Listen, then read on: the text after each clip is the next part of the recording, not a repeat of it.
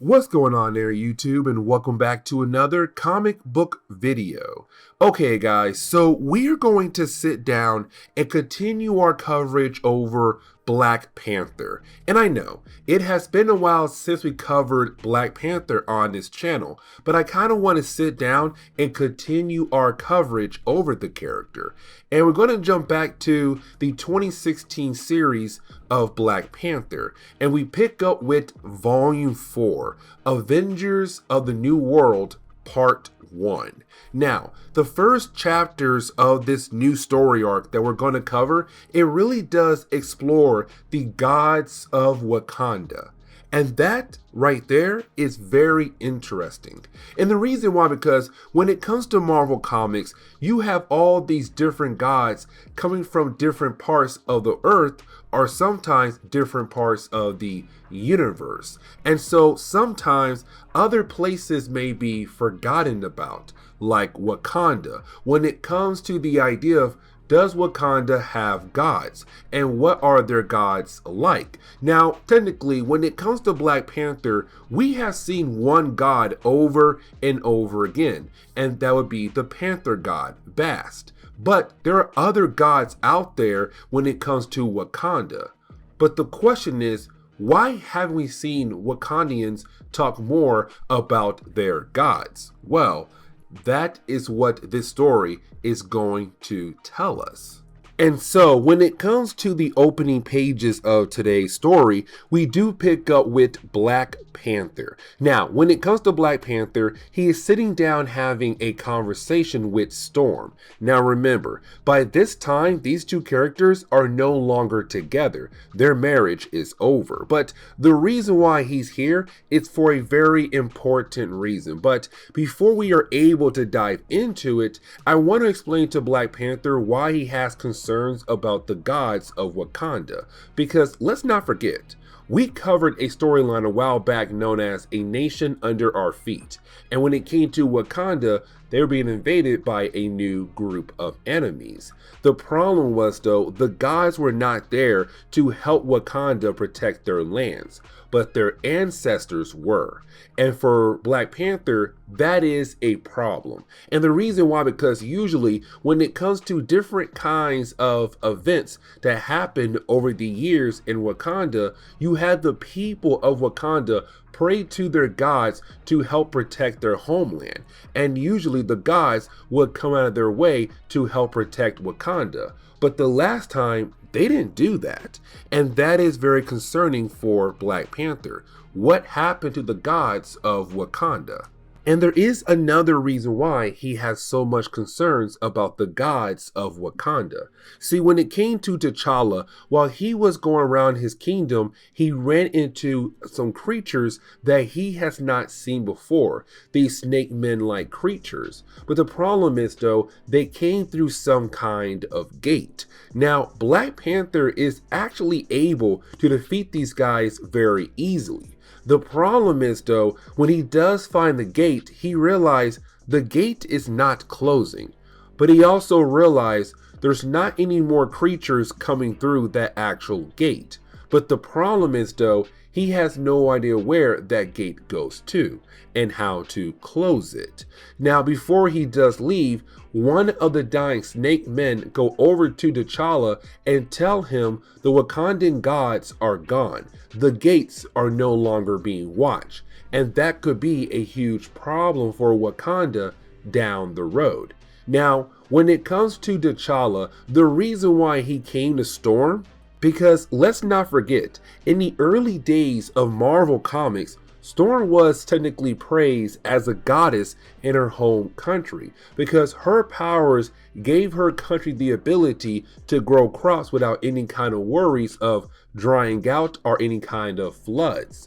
And so when it came to her home country, they praised her like she was some kind of goddess. Now, in reality, we knew why she was able to do it, because she was a mutant, still is. But back then, she had no idea. And so when it comes to Black Panther, he's wondering, because you used to be a goddess to your home country, maybe you understand what happened to the gods of Wakanda. Now, like I said, though, She was praised because of her powers. And Storm says, listen, I'm not technically a god, but I kind of understand what they go through because my powers only got stronger when more and more people were praising me. And so she asked T'Challa, what if your gods are just so weak they had to abandon you because your people no longer praise them? And that is a very good question because we know when it comes to gods in almost any kind of mythology, a lot of times they get their strength and power by being praised by the people of Earth. But the problem is right now, what Storm is saying, what if the people of Wakanda have lost their faith in their gods? And that is why they're no longer here to protect Wakanda from any kinds of attacks.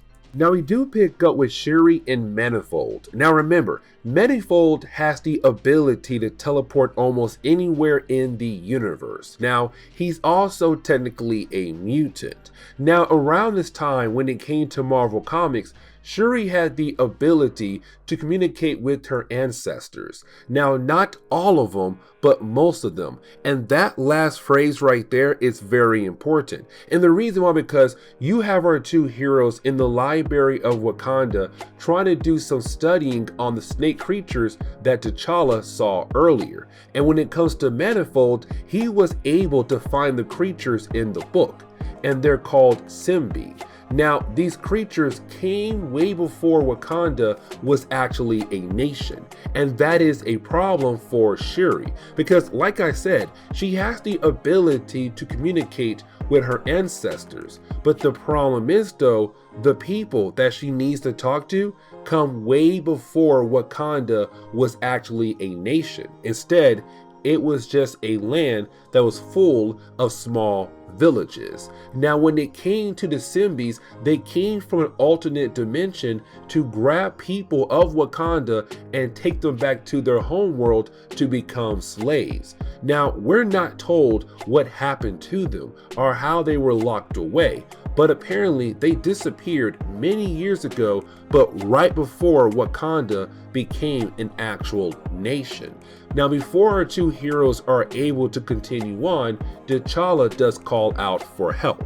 And so when you have Shuri and also Manifold arrive at Black Panther's location, they realize that he is fighting against a larger group of Simbis that came from a new gate that has arrived in Wakanda. And so you have our three heroes work together to try to fight against this larger group. Now, Black Panther does tell his allies, listen, if we are able to hold these guys off long enough, our shamans should be able to use their magical abilities to push these creatures away, but to also close the gate as well. And so again, you have our heroes trying their best to hold off these creatures.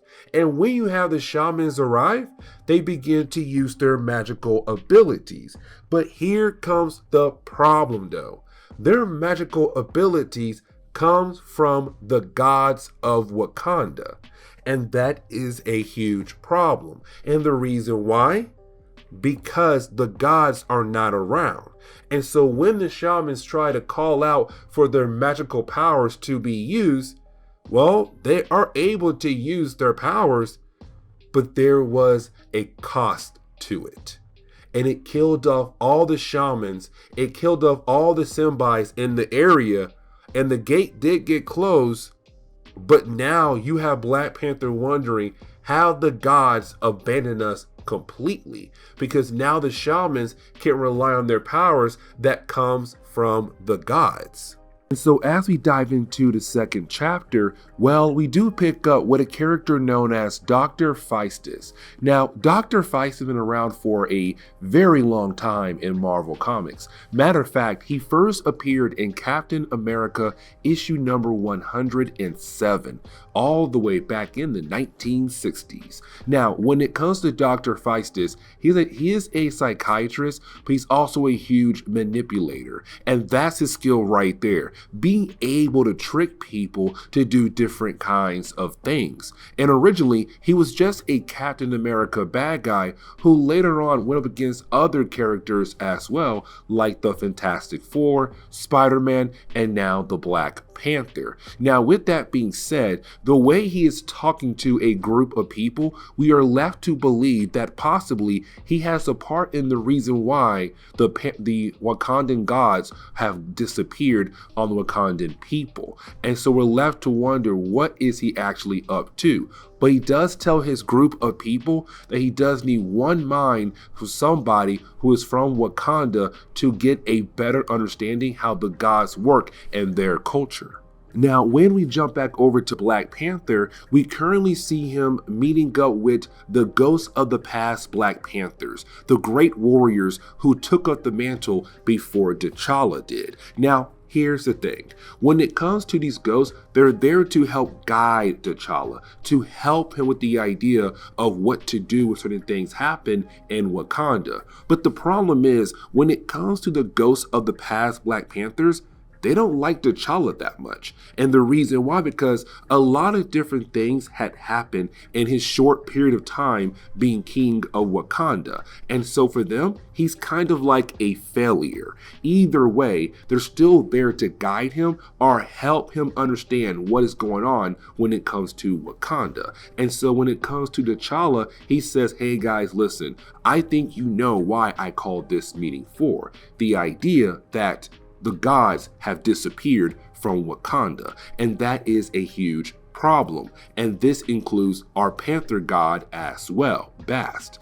And so for the council, that is very concerning because, again, the gods were always there for Wakanda, so why not now? And so you do have one of the ghosts of the past tell T'Challa, well, listen, there is a sorcerer who might be able to give you a better understanding about what is happening in your country, in your kingdom. And matter of fact, this sorcerer survived the collapse of the multiverse. Now, that was kind of huge, but at the same time, you're kind of wondering, how did he survive and no one else did? Either way, the past ghosts of the Black Panthers tell T'Challa, you need to find this guy to figure out what could possibly be going on with our gods. Now we come to find out the sorcerer that they were talking about is a character known as Zaravari. Now, Zaravari's been around for a very long time in Marvel Comics. Matter of fact, he first appeared in Black Panther #3 back in 2009 when Shuri was on her way becoming the next Black Panther. Now, when it comes to this character, he does tell Black Panther how he survived the collapse of the multiverse by being able to escape the realm of man. So it seems like he was able to go to a different dimension where only gods live. But either way, he does tell Black Panther the reason why you have so much concerns about your gods, because they have disappeared. They have left. But here's the thing. A different kind of being had arrived. And this being right here represents death to the land. And this character or this being is called, and I'm going to mispronounce this, Kumandala. And I really hope I pronounced that correctly. But Kumandala is a very powerful being. If that creature is around, it could bring the end to the entire world. Not just Wakanda, but again, the entire world. And so you have the sorcerer tell Black Panther, I'm coming with you because I may be the only thing that could possibly stop it, because I hid in this library that's technically was hidden in the realms of the gods. And I did a lot of studying. And so you have Black Panther agree. Now, right after that, he does tell Zaravari, and I always mispronounce his name, but Zaravari, where they have to go next. They have to go to the lands better known as the Jabari lands, because now more creatures have arrived, and these are different kinds of creatures. Now, we do pick up with a character known as Asaria, and I really hope I pronounce her name correctly, but when it comes to Asaria, she actually first appeared in the year 1999 in Black Panther number 13. Now, here's the thing. She belongs to the Jabari tribe. The Jabari tribe is a small tribe in Wakanda, but it's not part of the Wakanda kingdom, meaning that they don't look at T'Challa as their king, but they're still Wakandians. Either way, her parents were part of that tribe, except her parents died. And when her parents died many years ago, she was sent over to America in Chicago, and she was raised by a secret agent that was working for the Black Panther. Now, as she grew up, she began to learn more about her culture. The problem is, though, she stayed in America, but now we see her being attacked by a group of Hydra agents. And we can tell right off the bat, they work for Dr. Fraser. And the reason why, because remember, he said earlier to kind of get a better understanding of the gods of Wakanda, he needs the mind of somebody from that country. Now, at first, we were left to believe that he would go after Black Panther, to only find out he wants her instead. Somebody he can grab so easily without anybody kind of looking at his direction and worrying about her. And so now we see him beginning to do some kind of experiments on her.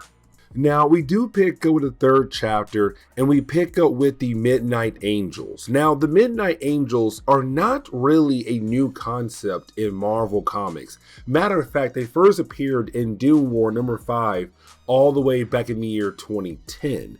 But this is the second version of the group that came out just recently in our coverage over Black Panther. Now remember, the Midnight Angels of this group is Ayo and Anika. Now these two characters were actually part of the Dora Milaje, but they broke away because they felt like the women of Wakanda were not being properly taken care of.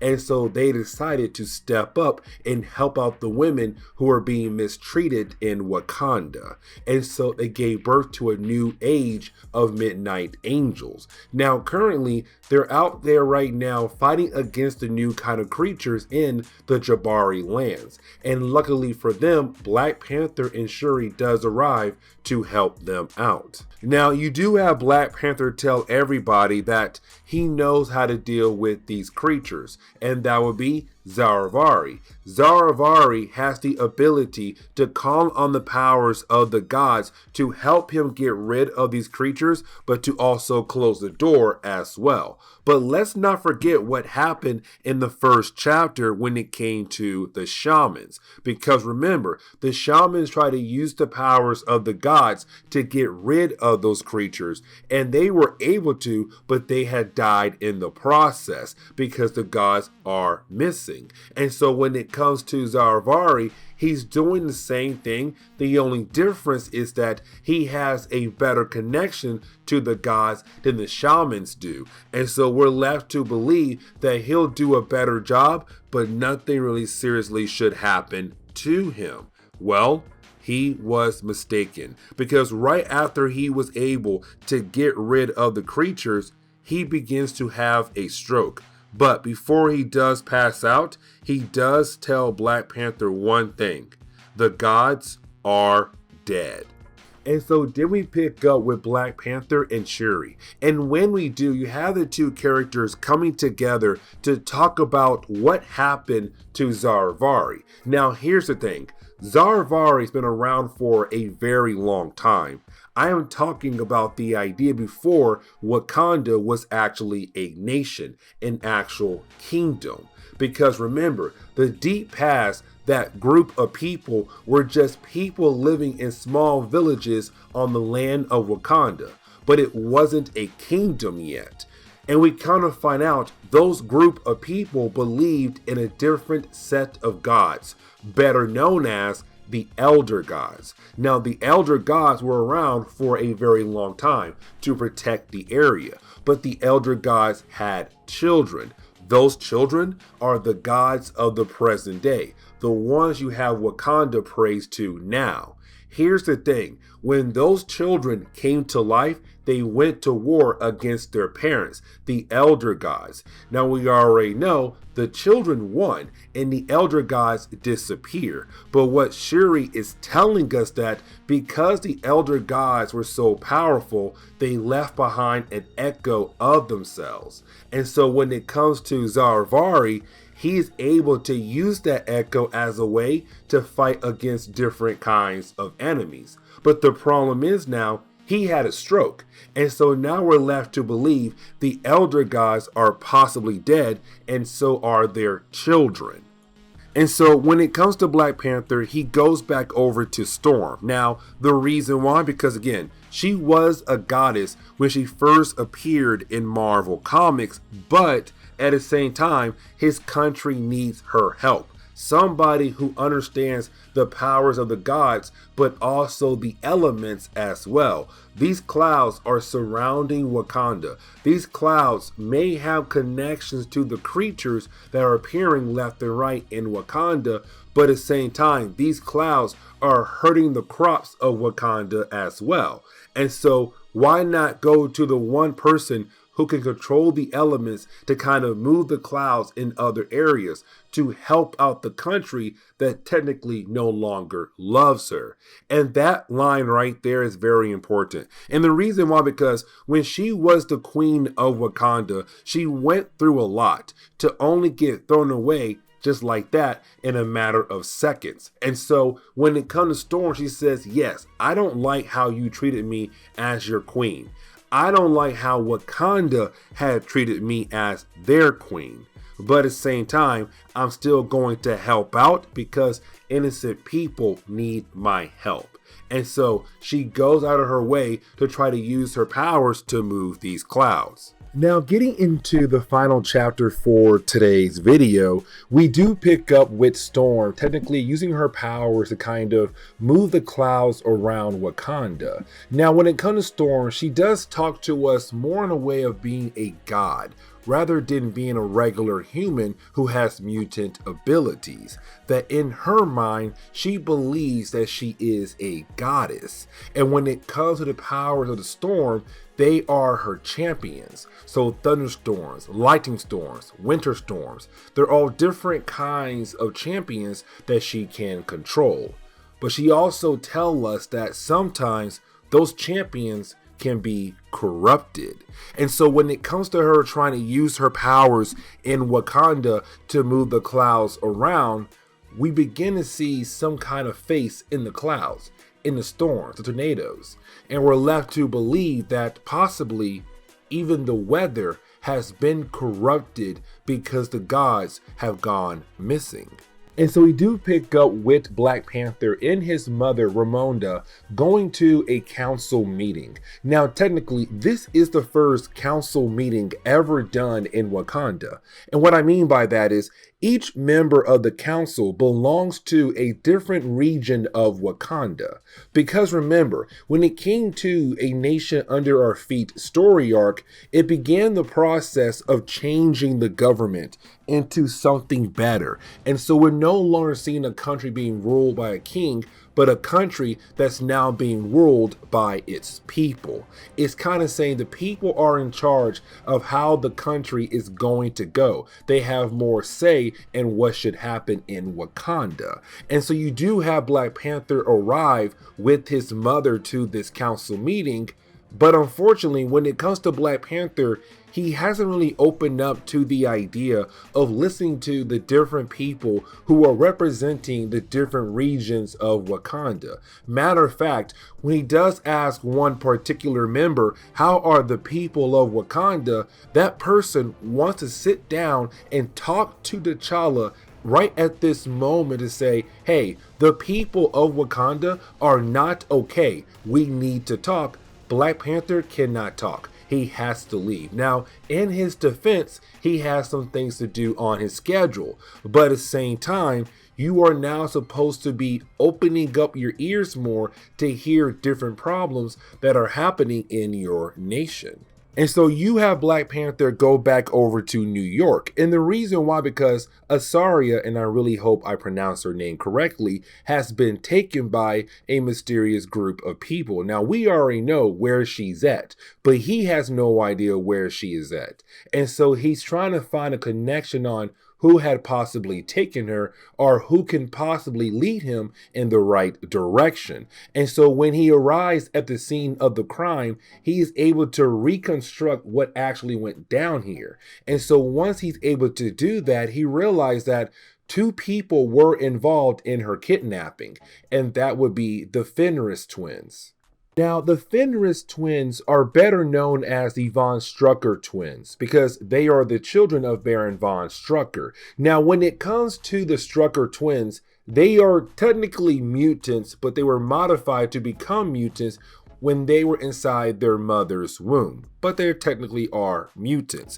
Either way, they do have different kinds of abilities, but when they hold hands with one another, they are able to release a very powerful beam of energy. Now, when it comes to Black Panther, he goes over to their club to hopefully get some information out of them because he knows that they were involved in Asaria's kidnapping. And so it does lead into a huge battle in the middle of the club. And you do have different characters of villains there as well to kind of help them out to attack Black Panther, but he made sure not to come alone when it comes to handling these different kinds of villains. Now, even though he was able to stop them, the Fenris twins are not really trying to give him any kind of information that could help him to find his lost friend. But he realized there is one person in the club who could possibly help him. And that would be a member of the Wrecking Crew, better known as Thunderball, but his real name is Dr. Elliot Franklin. Now, when it comes to Dr. Elliot Franklin, he's been around for a very long time in Marvel Comics, him and the Wrecking Crew. But here's the thing about Elliot Franklin. He was an expert in the field of gamma radiation. Matter of fact, his nickname was the Black Bruce Banner. Now, here's the thing. He was able to create a miniature gamma bomb, something that Bruce Banner could never do. But either way, when it comes to Black Panther, he realized that he should be able to connect with Elliot. And the reason why? Because Elliot was somebody who really loved science, but unfortunately was kind of pushed into the world of crime because he always got overlooked because of Bruce Banner. And so because of that, he kind of gave up his life being a scientist and had no choice but to go somewhere else, which of course being a criminal. And so it's Black Panther saying, I know what it's like to be overlooked. I know how you feel. I know that you were once a great man. And so this is Black Panther hoping to connect with the guy to hopefully get information about what happened to Asaria. And so we do pick up with Black Panther calling up his mother, Ramonda. Now, when he does inform his mother about what happened to Asaria, that she was basically kidnapped by the Azanians, of course, a group of people that come from the country better known as Azania. And Azania and Wakanda, they always had issues with one another. Now, this particular country is right near a region of Wakanda better known as Kinamasi. Now, Kinamasi is very important right now. And the reason why, because you have Ramonda tell her son that she had just talked to Counselor Yao, who's basically representing that region. And he said to her that Kinamasi is no longer worshiping the gods of Wakanda. Instead, they're trying to worship a new god, and that would be Sefako. Now, Sefako is a brand new name that nor Black Panther or his mother had even heard about. And they're wondering, where in the world did this new god come from? How in the world did they learn about this new god? And so you have our two characters believe that that region is only believing in its new god because that region is very close to Azania, who had just made a move towards Black Panther and his friends. And so now you have our hero wondering what could possibly happen next. And this could lead to more issues in other regions of Wakanda. But this is where we are going to end today's comic book video. So please leave me a like down below and subscribe. But guys, see y'all next time. Later.